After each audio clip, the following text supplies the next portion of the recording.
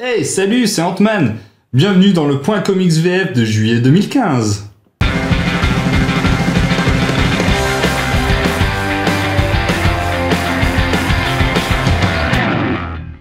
Justice League Saga 21. Eh ben non, j'avais pas fini le 20 parce que c'était chiant, donc j'ai pas lu celui-là. Batman Saga 38-39. Du côté de Batman, le Joker est de retour et c'est le bordel. Il est en mode psychopathe, c'est énorme. Niveau de Detective Comics pour le 38, j'ai pas lu, c'était moche. Mais dans le 39, on retrouve l'équipe qui est Buccellato et tout, c'est Emanapoul qui eux assurent. Ça introduit Anarchy. J'ai jamais cru en ce mec, donc je sais pas trop ce que ça va donner. Batman et Robin. Batman est toujours sur Apocalypse pour récupérer le cadavre de Damian. Bon, là, ça traîne. Il y a juste les Robins de Batman qui sont très classe. Ouais, les Robins. Le mois prochain, logiquement, ça devrait tataner sévère. Niveau de Batgirl, c'est toujours aussi génial. C'est un petit ovni qui est hyper rafraîchissant et qui est totalement hors thème par rapport aux autres, tellement c'est décalé et non dans le « je suis super sérieux ». Elle est toujours aussi belle, toujours aussi intelligente. Elle est trop mignonne. J'ai envie de la prendre dans mes bras et lui faire des câlins. Il faut lire Grayson. Toujours assez intéressant, c'est là encore un autre rythme, c'est très particulier, mais c'est super sympa à lire, c'est plus profond dans la psychologie du personnage. Bon mois, bon cru. Superman Saga 19, au niveau de Superman, l'histoire continue et retournement de situation. Oh, l'autre surhomme, c'est un méchant, quelle surprise. Au niveau d'Action Comics, ça se lit, c'est cool. Batman Superman, c'est plutôt pas mal. On découvre que Superman va avoir droit à son Joker et il se chie sévèrement dessus. Batgirl, rien à dire, c'est en train de mettre en place une histoire, donc pas trop grand chose. Et au niveau de Wonder Woman Superman, on suit leur vie de couple, c'est pas toujours facile, enfin voilà, c'est pas reposant du tout. Ça introduit aussi un nouvel élément dans lequel on va apprendre, on va découvrir plus le mois prochain, quoi, en gros. Voilà, pas trop mal. Star Wars 2, le jeune Luke n'a pas du tout confiance en lui, pauvre petit padawan, il est tout triste. Han Solo, sa tête est mise à prix, super étonnant, dis donc. Il y a deux personnes qui le recherchent, on va en savoir un peu plus, il y en a un qu'on connaît, l'autre, je ne sais pas. Au niveau de la série Dark Vador, c'est toujours aussi excellemment bien écrit, c'est génial, c'est super beau, il y a un nouveau personnage qui est hyper intéressant. Rien que pour Dark Vador, vous devez acheter ce bouquin. Les Gardiens de la Galaxie 7. Au niveau des Gardiens de la Galaxie, c'est un peu le bordel. Venom est dedans et il se colle à tout le monde. C'est le chapitre fanservice. Il va se coller à Groot. À tous les autres, je vous laisse un peu de suspense quand même. Et au moins, rien que pour le design des persos, c'est super drôle. Mais voilà, on n'en sait pas beaucoup plus. Guardians Team Up, donc les Gardiens de la Galaxie vont s'associer à d'autres héros, et là ils font pas semblant, ils arrivent sur Terre, il y a Hawkeye, il y a Spider-Woman, etc. C'est le gros bordel. Ils vont se battre contre Nebula apparemment, et c'est pas très beau, mais c'est drôle. Au niveau de... Qu'est-ce qu'il y a d'autre dedans? J'ai déjà oublié. Legendary Star-Lord, pardon.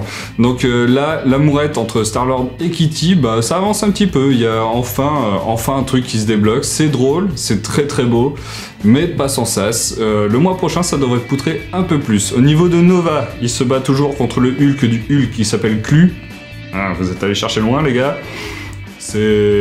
Voilà. C'est pas ouf. Mais par contre, le truc ultime, vous devez acheter ce bouquin juste pour l'histoire de Rocket Raccoon. Groot nous raconte une histoire. Et là, c'est un coup de maître de l'équipe dessus, c'est juste parfait. Axis 3/4, donc le gros event qui sort en ce moment chez Panini. Ça continue, donc il y a Terry Dodson dedans, un dessinateur que j'adore. Après, concernant l'histoire, là ça commence à devenir le gros bordel. Mais genre, gros bordel. Crâne Rouge s'est échappé. Voilà. Du coup, Captain America, qui est en fait le faucon, est genre ultra vénère. Il va s'attaquer à un peu tout le monde, ça va être un gros foutoir. Au niveau des X-Men, Apocalypse est vénère. Tout le monde est vénère, en gros, c'est le mois des règles. Et je sais pas où ça va en venir, là je commence à être un petit peu déçu. Et surtout, ils ont fait quelque chose que je trouve inadmissible. Et là c'est moi qui suis en colère, vous avez pas le droit de faire ça.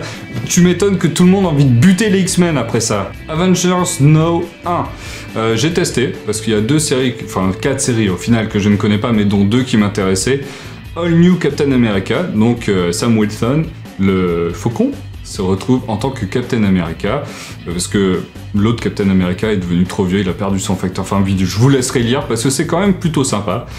Thor, c'est une gonzesse et c'est vachement bien, donc vous devez le lire. Par contre, les deux autres séries, la Superior Spider-Man, Superior Iron Man et Hulk, c'est quand même sacrément pourri, hein. Harley Quinn 1, complètement marteau, donc la grosse sortie que tout le monde attendait. Depuis le New 52, en fait, Harley Quinn a droit à sa propre histoire, elle a droit à sa propre mythologie, et tout ça, on va l'apprendre dans ce comics-là. C'est très drôle, il y a du fanservice, il y a de la violence, il y a du fanservice sexy quand même, pas dans l'abus mais sexy, il y a des guests, sexy aussi avec Poison Ivy. L'histoire est assez drôle, il y a un petit côté Deadpoolesque bien sympathique, un côté Danger Girl à elle seule, pas négligeable non plus. C'est pas la super méga tuerie auquel je m'attendais, c'est quand même très cool à lire, c'est très beau, il y a les archives de fin qui sont très intéressantes.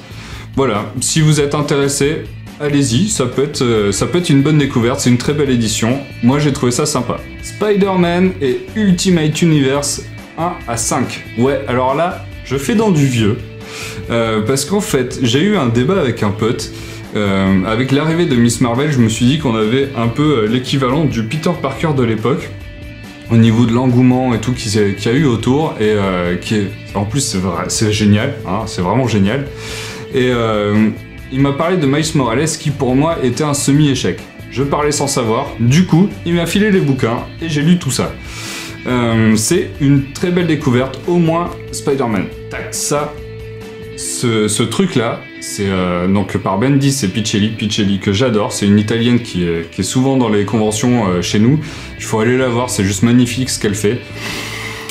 Ça raconte l'histoire de Peter Parker de l'univers normal qui se retrouve projeté dans l'univers de Miles Morales. Dans cet univers-là, Peter Parker est mort. Ouais, je savais pas, c'est comme ça. C'est le postulat de départ, voilà, faites pas chier, j'ai rien spoilé.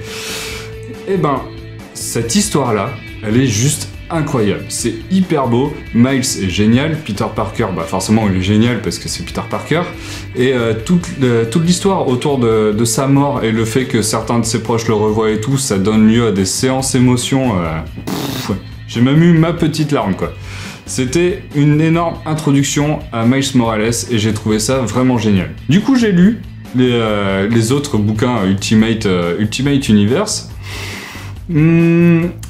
La série juste sur Miles Morales, c'est quand même plutôt sympa, même s'ils ont fait un truc que je déteste, les résurrections de pute là, vous faites chier. Ils ont ressuscité un mec qui, ça tire une balle dans le pied à la mythologie qu'aurait pu avoir Miles Morales de son côté. Non, là on se sent à chaque fois obligé de le rapprocher à Peter Parker. C'est dommage, c'est vraiment dommage. C'est pour ça que moi je trouve c'est un demi-échec, parce que il a pas son propre truc à lui. Son histoire à lui, elle est plutôt banale, ça se résume à une amourette. Ceci dit, c'est intéressant à lire, ça va peut-être aller un peu plus loin. Les autres séries qu'il y a dedans, All New Ultimate, bon, c'est passable. Et par contre, l'autre truc là, Ultimate FF, alors ça, bon Dieu que c'est... J'hésite à me censurer moi-même. Mais c'est de la merde, hein. Quand même. Faut pas pousser. Je suis Ant-Man, c'est un peu dans le thème du mois de juillet, avec le film qui est sorti, qui est sympa mais sans plus, hein. Vous me direz dans les commentaires ce que vous en avez pensé. Ce bouquin-là, ce petit pavé de 320 pages, retrace en fait toute l'histoire de Ant-Man. Donc des Ant-Man, il y en a eu plusieurs, il y a eu plusieurs incarnations de Ant-Man, que ce soit Hank Pym, Scott Lang qu'on a au cinéma et Eric O'Grady, si je ne me trompe pas. Ce petit malin utilisait son costume pour mater les nanas sous la douche. Ça c'est du héros, attention. Ça retrace les histoires depuis 1962 à 2012 et franchement c'est hyper intéressant. Vraiment c'est un délice, c'est un régal de relire tous ces trucs là. Bon déjà il y a le côté nostalgique avec les très très vieux dessins, les histoires écrites de manière... ça se passe comme ça, c'est rapide, c'est fini, un arc c'est fini en 10 pages. C'est très très intéressant, on en apprend beaucoup plus sur les personnages, genre Hank Pym. En fait, ce mec-là, il aurait dû s'appeler Complex Man, quoi. Il est complexé à tous les niveaux et il fait souvent que de la merde, hein. C'est un peu le gros boulet de l'équipe. Mais bon, il en reste pas moins assez attachant. Il a quand même réussi à inventer des petits trucs sympas, genre Ultron. Non. Au niveau de Scott, eh ben, le comics reprend pas mal de... Enfin, le film reprend pas mal de trucs du comics, hein. C'est très intéressant à lire. Enfin voilà, c'est un bon gros pavé. Si vous hésitez, et je peux vous conseiller sur YouTube les chroniques de Marvel, ça doit être le 26 Ant-Man. Ce mec-là fait des chroniques sur des héros, et si vous voulez sauter le pas avant de choper ce gros volume de dingue, regardez sa chronique, voir si ça vous intéresse un peu plus. Mais moi, je me suis régalé à lire ça. C'est extrêmement bien documenté. En plus, on se retrouve pas à lire les histoires comme ça d'un coup. À chaque fois, il y a une petite 2 pages qui expliquent un peu les évolutions de personnages au fil des années. Et c'est hyper sympa. Un mois de juillet sacrément touffu, des très bonnes choses. Axis, j'aime un peu moins la tournure que c'est en train de prendre, il reste que un tome pour me convaincre, est-ce que ça va être à oublier de suite ou pas? J'espère que non. Ant-Man, vraiment une super découverte, c'est une espèce d'encyclopédie sur toute l'histoire du comics, enfin l'histoire du comics d'une partie mais d'un personnage quand même légendaire, bien que ce soit pas un personnage inoubliable, c'est très très bien d'avoir ça chez soi. Spider-Man, ouais, alors ça date un peu, je sais, mais je peux pas connaître tous les héros, je peux pas tout connaître, donc voilà, je me suis rattrapé à ce niveau-là, et cette histoire-là, c'est juste une tuerie, il faut la voir. C'est à peu près tout pour moi ce mois-ci. N'hésitez pas à commenter, partager, dites-moi quels sont vos coups de cœur, et surtout, abonnez-vous.